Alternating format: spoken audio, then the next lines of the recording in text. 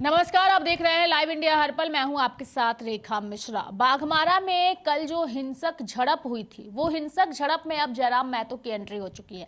हालांकि जयराम महतो की एंट्री कल ही हो चुकी थी, लेकिन जयराम महतो जिस तरीके से कुछ मुद्दों को लेकर के दहाड़ते नजर आ रहे हैं और डीएसपी जो घायल हुए हैं उनसे भी मुलाकात की है, उनके परिजनों से मुलाकात की है। साथ ही उन्होंने एक मामला और उठाया है कि पत्रकारों और वकीलों की सुरक्षा का मुद्दा भी वो सदन के अंदर उठाएंगे।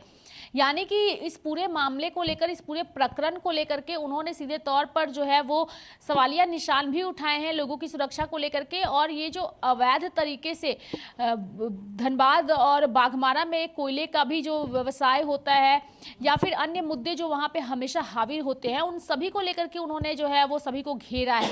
हालांकि ये जो हिलटॉप कंपनी में चार दीवारी को लेकर के ये जो हिंसक झड़प हुई है, वर्चस्व को लेकर ये जो लड़ाई हुई है दो सांसदों के समर्थकों के बीच, उसमें जेएमएम पार्टी के नेता की भी एंट्री होती है और फिर जेएलके नेता को आना पड़ता है। ये पूरा मामला बेहद ही गंभीर है, विस्तार पूर्वक चर्चा करेंगे। लेकिन आखिर पूरा मामला क्या है, सहयोगी रत्नेश से जानने की कोशिश करेंगे।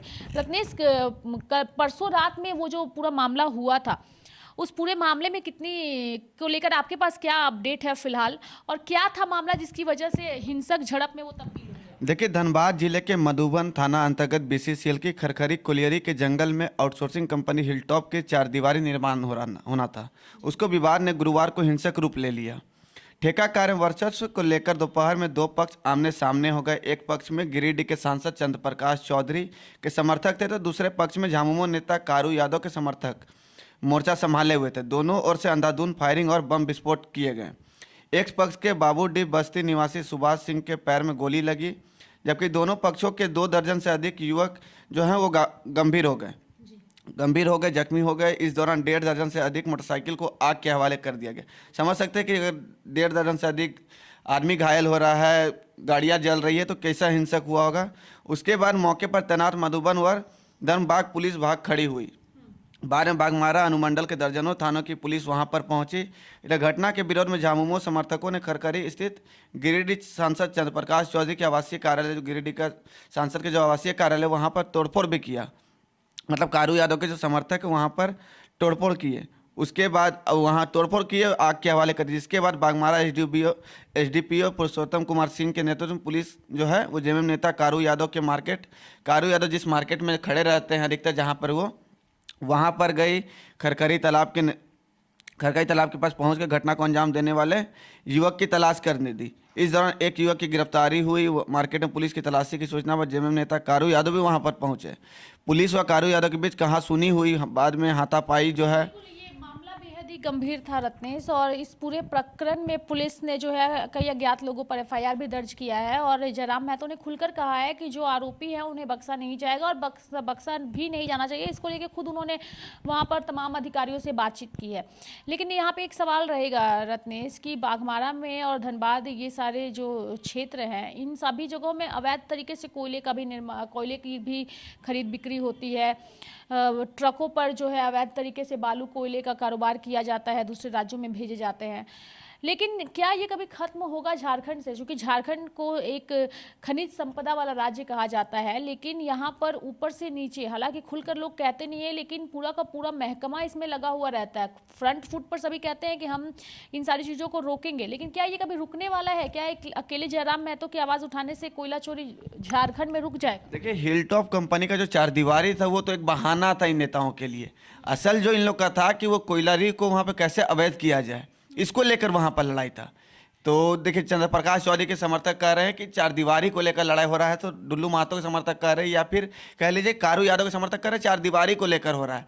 लेकिन रियल में अगर इसको देखिएगा, अगर जांच होती है अगर निष्पक्ष तरीके से, जैसा कि जयराम महतो भी सवाल खड़ा किया है कि इसके निष्पक्ष तरीके से जाँच हो और जो दोषी है उन पर कार्रवाई हो, तो ये दूध का दूध पानी का पानी हो जाएगा। और इसमें कहीं ना कहीं इसकी संलिप्तता जो है वो कोयले से निकल कर सामने आएगी। कोयले को लेकर वहाँ पर लड़ाई हुई थी। खैर, यहाँ पर जो पूरा मामला है वो तो चार दीवारी को लेकर के महीनों से चला आ रहा था और उसने गुरुवार को थोड़ा उग्र रूप ले लिया। लेकिन मेरा सवाल सिंपल यही है कि क्या झारखंड से अवैध कोयले का जो कारोबार होता है, क्या वो कभी खत्म हो सकता है रत्नेश, एक जयराम महतो की आवाज़ उठाने से? बिल्कुल नहीं हो सकता। अकेला एक जयराम महतो क्या कर सकता है? सिर्फ आवाज़ ही उठा सकता है। उसके पास उतना पावर नहीं है कि वो प्रशासन को फ्री हैंड दे। प्रशासन को बहुत तरह का दबाव है, नेताओं का दबाव रहता है, मंत्रियों का दबाव रहता है, तो प्रशासन भी कहीं ना कहीं कमज़ोर पड़ जाती है, नेताओं के आगे घुटने टेक देती है। जैसा कि आपने देखा होगा कि विधानसभा चुनाव में जयराम महतो जो हैं खुलकर बोले थे, नाम लेकर बोले थे कि कौन अवैध कोयला कर रहा है, प्रूफ भी दे रहे थे, लेकिन आज तक प्रशासन जो है उनके घर पर नहीं गई। ये नहीं पता लगा पाए कि रियल में वहाँ से कोयला का जो अवैध हो रहा है वो हो रहा है या नहीं हो रहा है। हालांकि रोजाना वहाँ से सैकड़ों गाड़ियाँ जो हैं वो निकलती है, ट्रक झारखंड से दूसरे स्टेट जा रही है, उस पर पुलिस प्रशासन की निगाह नहीं है। पुलिस प्रशासन जो है वहाँ सिर्फ वसूली में लगी हुई है, नेता का जो है उनको दबाव रहता है। तो पुलिस प्रशासन जो है कहीं ना कहीं गलत है, और इसको लेकर जयराम महतो ने कहा है कि हम आवाज़ उठाएंगे, और निश्चित तौर पर वो विधानसभा में आवाज़ उठाए भी हैं।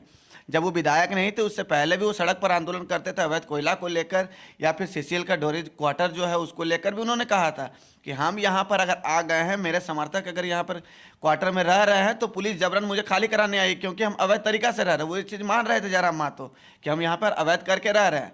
तो जयराम महतो ये कह रहे थे कि अब जब अगर हम अवैध करके रह रहे हैं, मुझे हटा रहे, तो और 56 लोग जो हैं उन लोग को भी हटाइए, उन लोग अवैध करके नहीं रह रहे। क्योंकि उन लोग को अभी इसलिए नहीं हटा रहे क्योंकि उन लोग किसी के खास आदमी हैं, इसीलिए आप उन लोग को नहीं हटा रहे और मुझे यहाँ से हटा रहे हैं। तब समझ सकते हैं किसी ना किसी का दबाव जो है वो पुलिस प्रशासन पर है। प्रशासन पर है। एक मुद्दा उन्होंने और भी उठाया कि इस बार जब वो सदन के अंदर जाएंगे तो वकीलों और पत्रकारों की सुरक्षा को लेकर के भी वो आवाज़ उठाएंगे। हालांकि उनके इस बयान ने काफ़ी सुर्खियां बटोरी, लेकिन जयराम महतो पर इससे पहले आरोप लगा था कि वो पत्रकारों का सम्मान नहीं करते, जो सदन के अंदर उन्होंने एक पत्रकार पर जो चिल्लाए थे। लेकिन अब जयराम महतो पत्रकारों की सुरक्षा को लेकर काफ़ी गंभीर नजर आ रहे हैं, पत्रकारों के साथ साथ वकीलों की सुरक्षा को लेकर के भी। इसे कैसे देखते हैं? देखिए, पत्रकारों की सुरक्षा की जहाँ तक बात है तो जयराम महतो चिल्लाए नहीं थे। जयराम महतो का कहना यह था कि आप सवाल पूछे, हमको जवाब देने दीजिए। आप जवाब हमको पूरा करने नहीं दे रहे हैं, फिर सवाल पूछे तो जयराम महतो उसमें चुप हो गए, और वो साफ तौर पे कहे थे कि आप चुप रहिए, आप विधानसभा से हम आपको देख रहे हैं, विधानसभा में जो है आप मेरा इंटरव्यू नहीं किए, ये नहीं किए, वो नहीं किए। वो जो उनको कहना था, जो उनके मन में था वो कहे थे। लेकिन अब जयराम महतो ने कहा है कि हम विधानसभा में पत्रकारों के साथ साथ वकीलों के लिए भी आवाज़ उठाएंगे, और एक कानून बने कि पत्रकारों के साथ आए दिन जो घटना हो जाती है।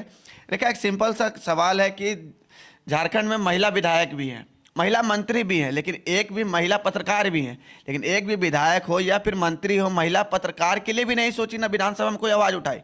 हालांकि जब हेमंत सोरेन की 2019 में सरकार बनी थी तो पत्रकारों के लिए कानून लाया गया था कि पत्रकार की अगर दुर्घटना में मौत हो जाती है या फिर कोई मार देता है तो उसे इतना जुर्माना देना पड़ेगा, इतने साल की सज़ा होगी। लेकिन एक निजी चैनल के कैमरामैन का हत्या हो जाती है, उसी के 10 दिन के बाद ना आज तक उसको मुआवजा मिला, ना हत्यारा पकड़ाया। तो आप समझ सकते हैं कि राज्य में ना पत्रकार सुरक्षित है, ना वकील सुरक्षित, ना आम जनता सुरक्षित है। और इसको लेकर देखिए जयराम महतो ने आवाज़ उठाया तो निश्चित तौर पर उनकी आवाज़ जो है कहीं ना कहीं सरकार को सुननी पड़ेगी, और कठोर जो है वो कानून बनाना पड़ेगा। क्योंकि जयराम महतो देखिए 81 विधायक झारखंड में, और 81 पे अकेले वो भारी हैं। तो आप समझ सकते हैं कि जयराम महतो जिस तरह से सदन में दहाड़ते हैं, बाहर में दहाड़ते हैं, डोरी क्वार्टर को लेकर जो हो रहा था, तो पुलिस देखिए अब शांत हो गई। पुलिस सारे लोगों को नोटिस दी, अब सीबीआई जांच हो रही है वहाँ, जबकि सीबीआई जांच का अनुशंसा जो है राज्य सरकार करती है। लेकिन आप सोचिए कि राज्य सरकार अनुशंसा नहीं की, फिर भी वहाँ सीबीआई पहुँच गई है। तो समझ सकते हैं कि जयराम महतो का बोली जो है कितना प्रभाव डाल रहा है सरकार को। चलिए, जयराम महतो की बोली प्रभाव डाल रही है, और बाघमारा में अब उनकी एंट्री से बीजेपी, आजसू, जेएमएम के नेता तमाम डरे हुए हैं, और ज़्यादातर बीजेपी और आजसू के नेता डरे हुए हैं, चूँकि वो पूरा का पूरा जो एरिया है उसमें लंबे वक्त तक भाजपा जो है वो सत्ता में रही है। मतलब विधायक के तौर पर अगर हम देखें तो ढुल्लू महतो रहे हैं, गिरिडीह में सांसद चंद्र प्रकाश चौधरी का अपना दबदबा है, उनका एक गुट है जो वहाँ पे काम करता है, इन सारी चीज़ों में संलिप्त है। तो ऐसे में हालांकि सवाल सीधे तौर पर जयराम महतो के उठाने के बाद इनकी परेशानी ज़रूर आने वाले दिनों में बढ़ सकती है।